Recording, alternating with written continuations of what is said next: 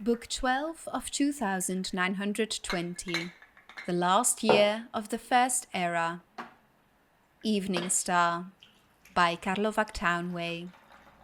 Volume 12 of a historical series about Vivec and the Empire. First Sun's Dusk, 2920, Balmora, Morrowind. The winter morning sun glinted through the cobweb of frost on the window, and Almalexia opened her eyes. An ancient healer mopped a wet cloth across her head, smiling with relief. Asleep in the chair next to her bed was Vivec. The healer rushed to a side cabinet and returned with a flagon of water. "How are you feeling, goddess?" asked the healer. "Like I've been asleep for a very long time," said Almalexia. "So you have. 15 days, said the healer, and touched Vivec's arm. "Master, wake up. She speaks." Vivec rose with a start, and seeing Almalexia alive and awake, his face broke into a wide grin. He kissed her forehead and took her hand. At last there was warmth again in her flesh. Almalexia's peaceful repose suddenly snapped. "Sothasil!" "He's alive and well," replied Vivec. "Working on one of his machines again somewhere. He would have stayed here too, but he realized he could do you more good working that peculiar sorcery of his." The Castellan appeared in the doorway. "Sorry to interrupt you, master, but I wanted to tell you that your fastest messenger left late last night for the Imperial City." "Messenger?" asked Almalexia. "Vivec, what has happened?" "I was to go and sign a truce with the Emperor on the 6th, so I sent him word that it had to be postponed." "You can't do me any good here," pulling herself up with effort. "But if you don't sign that truce, you'll put Morrowind back to war, maybe for another 80 years. If you leave today with an escort and hurry, perhaps you can get to the Imperial City only a day or two late." "Are you certain you don't need me here?" asked Vivec. "I know that Morrowind needs you more." 6 Sun's Dusk, 2920. The Imperial City, Cyrodiil. The Emperor Ramar III sat on his throne, surveying the audience chamber. It was a spectacular sight. Silver ribbons dangled from the rafters. Burning cauldrons of sweet herbs simmered in every corner. Biandonian swallowtails sweeping through the air, singing their songs. When the torches were lit and servants began fanning, the room would be transfigured into a shimmering fantasy land. He could smell the kitchen already, spices and roasts. The potentate versidue-shaie and his son savirien-chorak slithered into the room, both bedecked in the headdress and jewelry of the Tseski. There was no smile on their golden face, but there seldom was one. The Emperor still greeted his trusted advisor with enthusiasm. "This ought to impress those savage dark elves," he laughed. "When are they supposed to arrive?" "A messenger's just arrived from Vivec," said the potentate solemnly. "I think it would be best if your Imperial Majesty met him alone." The Emperor lost his laughter, but nodded to his servants to withdraw. The door then opened, and the Lady Corda walked into the room, with a parchment in her hand. She shut the door behind her, but did not look up to meet the Emperor's face. "The messenger gave his letter to my mistress?" said Ramar, incredulous, rising to take the note. "That's a highly unorthodox way of delivering a message." "But the message itself is very orthodox," said Corda, looking up into his one good eye. With a single blinding motion, she brought the letter up under the Emperor's chin. His eyes widened, and blood poured down the blank parchment. Blank, that is, except for a small black mark, the sign of the Morachthong. It fell to the floor, revealing the small dagger hidden behind it, which she now twisted, severing his throat to the bone. The emperor collapsed to the floor, gasping soundlessly. "How long do you need?" asked Savirien-chorak. 5 minutes, said Corda, wiping the blood from her hands. "If you can give me 10, though, I'll be doubly grateful." "Very well," said the potentate to Corda's back as she raced from the audience chamber. "She ought to have been an Akaviri. The way the girl handles a blade is truly remarkable." "I must go and establish our alibi," said Savirien-chorak, disappearing behind one of the secret passages that only the Emperor's most trusted knew about. "Do you remember? Close to a year ago, Your Imperial Majesty," the potentate smiled, looking down at the dying man. "When you told me to remember, you Akaviri have a lot of showy moves, but if just one of our strikes comes through, it's all over for you. I remembered that, you see." The Emperor spat up blood and somehow said the word snake. "I am a snake, Your Imperial Majesty, inside and out, but I didn't lie. There was a messenger from Vivec. It seems he'll be a little late in arriving." The potentate shrugged before disappearing behind the secret passage. "Don't worry yourself. I'm sure the food won't go bad."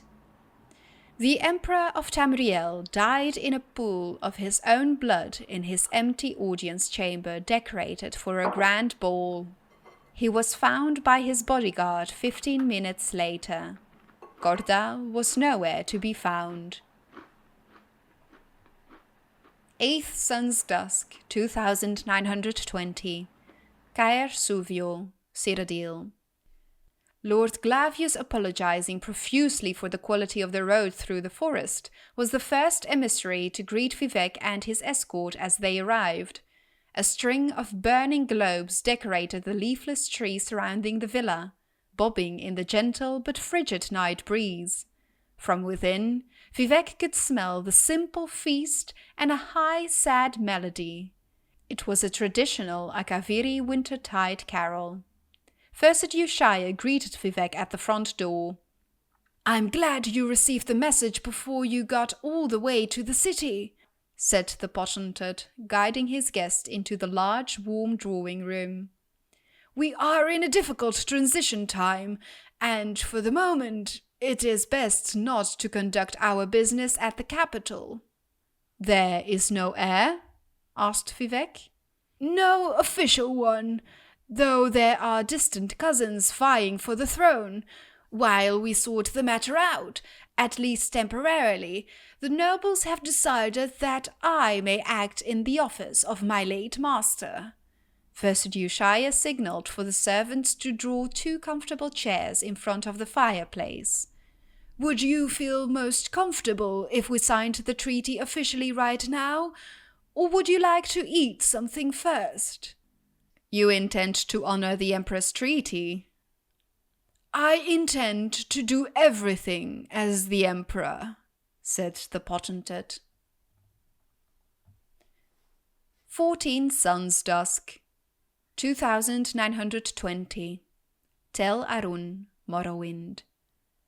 Corda, dusty from the road, flew into the Night Mother's arms. For a moment they stayed locked together, the Night Mother stroking her daughter's hair, kissing her forehead. Finally she reached into her sleeve and handed Corda a letter. "What is it?" asked Corda. "A letter from the potentate, expressing his delight at your expertise," replied the Night Mother. "He's promised to send us payment, but I've already sent him back a reply. The late Empress paid us enough for her husband's death. Mephala would not have us be greedy beyond our needs. You should not be paid twice for the same murder. So it is written." "He's killed Rija, my sister," said Corda quietly.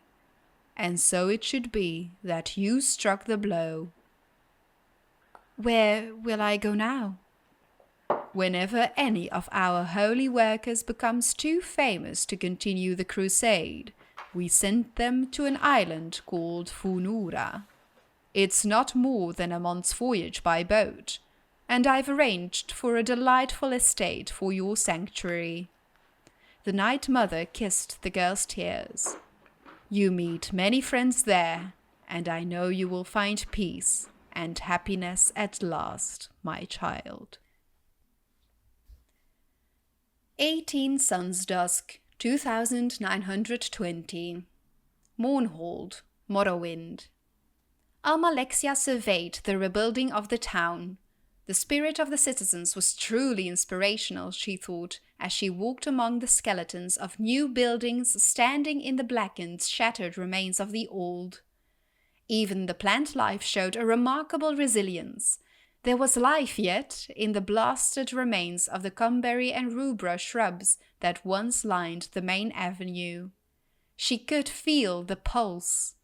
Come springtide, green would bolt through the black. The Duke's heir, a lad of considerable intelligence and sturdy Dunmer courage, was coming down from the north to take his father's place. The land would do more than survive. It would strengthen and expand. She felt the future much more strongly than she saw the present.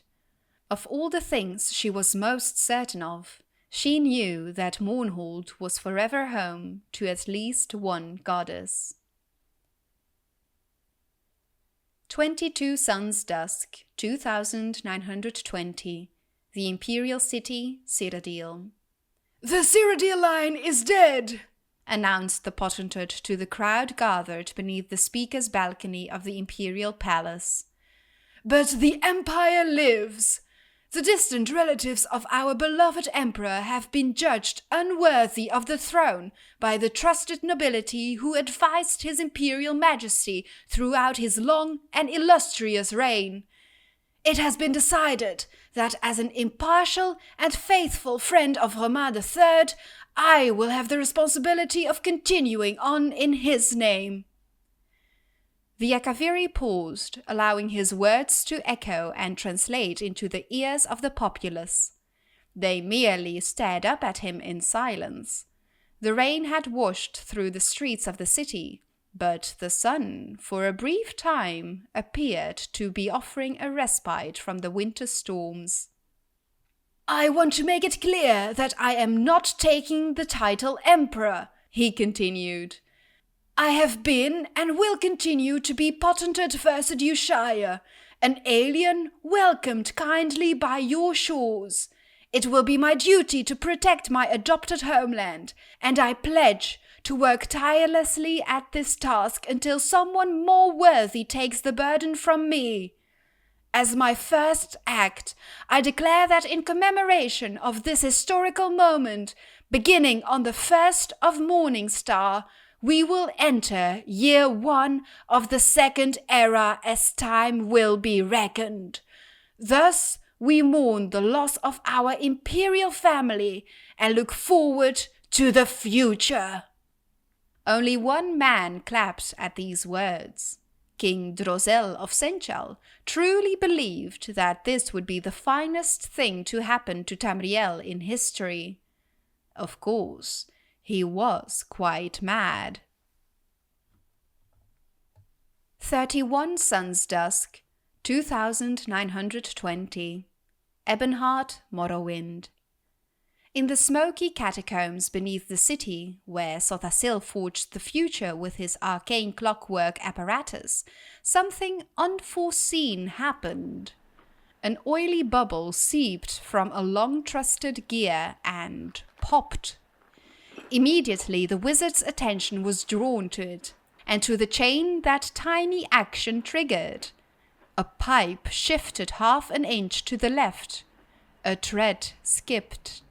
A coil rewound itself and began spinning in a counter-direction. A piston that had been thrusting left-right for millennia suddenly began shifting right-left. Nothing broke, but everything changed. "It cannot be fixed now," said the sorcerer quietly. He looked up through a crick in the ceiling into the night sky. It was midnight. The second era, the age of chaos, had begun.